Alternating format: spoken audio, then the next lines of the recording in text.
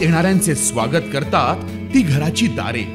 आपले घर, बंगला, ऑफिस, फार्म हाऊस यासाठी सुंदर डिझाईन केलेली jumbo French door, safety door आणि तीही 18 गेज GI सेक्शन मटेरियल वापरून आणि 80 मायक्रॉन पावडर कोटिंग केलेली, संपूर्णपणे मेंटेनन्स फ्री, नजर खिळून राहील असे आकर्षक सर्व प्रकारचे डोर्स मिळण्याचे नाशिक मधील एकमेव नाव शिवाय एंटरप्राइजेस।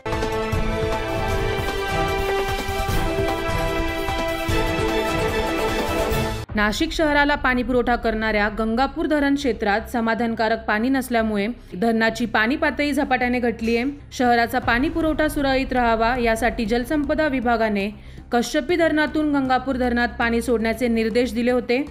त्यानंतर कश्यपी धरणातून मागील 4 दिवसांपासून गंगापूर धरणात पाणी सोडण्यात आले। कश्यपी धरणातील पाणीसाठा कमी होत असल्याने स्थानिक नागरिकांनी आमच्यासाठी 30% पाणी आरक्षित ठेवण्याची मागणी करत आज सकाळी कश्यपी धरणावर आंदोलन करण्यात आले होते।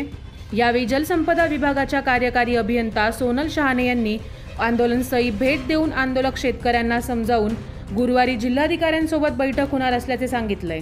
आज कश्यपी धरणावर मोठ्या संख्येने शेतकरी जमा झाले होते। त्यांच्या बऱ्याच विषयांच्या त्यांच्या मागण्या होत्या। त्याच्यामध्ये प्रामुख्याने त्यांचं जे एक प्रकल्पग्रस्तांना नोकऱ्या मिळणं हा एक विषय होता। त्याच्यानंतर पुनर्वसनाची कामं ही अपूर्ण झालेली आहेत, ती पूर्ण करून मिळावी त्याबद्दलचा त्यांचा विषय होता। त्यानंतर त्यांनी काही दाखले जे प्रकल्पग्रस्तांचे मिळतात ते त्यांना मिळाले नाही, हा देखील त्यात एक मुद्दा त्यांनी मांडला होता।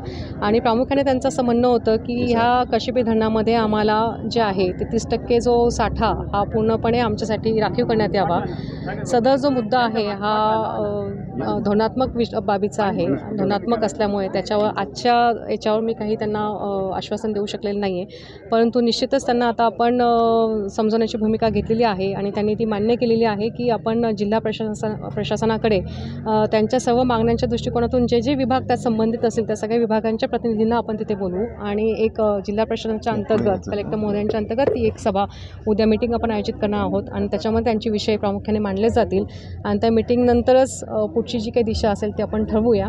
पण तूर्त आपण जे काही पाणी सोडलेलं आहे त्याचा आपण फोर्स कमी करत आहोत, डिस्चार्ज कमी करत आहोत आणि उद्या मीटिंगनंतर पुढच्या ज्या काही गोष्टी असतील त्या ठरतील। धन्यवाद साहेब। आमची स्पष्ट आणि एकच महत्त्वाची मागणी आहे की आम्हाला हक्काचं 25% पाणी ठेवलं पाहिजे। आज पाणी तुम्ही नेताय, कोणाला नेताय हे माहीत नाही, संबंधित अधिकारी हजर नाही, नगरपालिका जलसंपदा नगरपालिका आमचं ॲग्रीमेंट पूर्ण करत नाही, पाणी चोरून नेत आहे। साहेब प्रश्न 40 खेड्यांचा आहे, 40 खेड्यांच्या लोकसंख्येचा आहे। त्याचबरोबर विद्यार्थी आज शासन काय म्हणत आहे, शाळेत पाठवा मुलांना। आज निवासी आश्रमशाळा आहे किंवा ट्रस्टची आश्रमशाळा आहे, त्या आश्रमशाळेला पाणी द्यायची जबाबदारी कोणाची? प्रशासनाची। प्रशासन तसं करताना दिसत नाही साहेब। मग शिकणार विद्यार्थी कसा आणि विद्यार्थी शिकणार तर घडणार कसा? ज्या काही मागण्या त्या गेल्या 7-8 वर्षापासून हा संघर्ष चालू आहे। या ठिकाणी आज आमचा पिण्याचा पाण्याचा प्रश्न उद्भवतोय।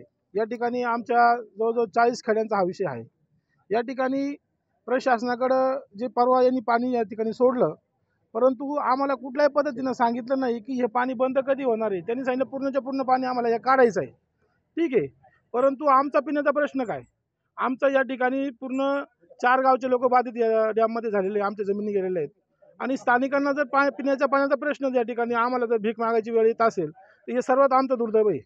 तुर्तास पाण्याचा विसर्ग कमी करण्यात आला आहे। त्यानंतर हे आंदोलन स्थगित करण्यात आले असून गुरुवारी जिल्हाधिकाऱ्यांसोबत बैठक बोलवण्यात आली आहे। या बैठकीत आंदोलकांच्या मागणीवर पुढील निर्णय घेणार असल्याचे शहाणे यांनी सांगितलंय। मात्र या बैठकीत मागण्या मान्य न झाल्याने पुन्हा आंदोलनाचा इशारा या आंदोलकांनी दिला आहे। 9 न्यूज महाराष्ट्रासाठी प्रतिनिधी जितेंद्र नरवाडे, नाशिक।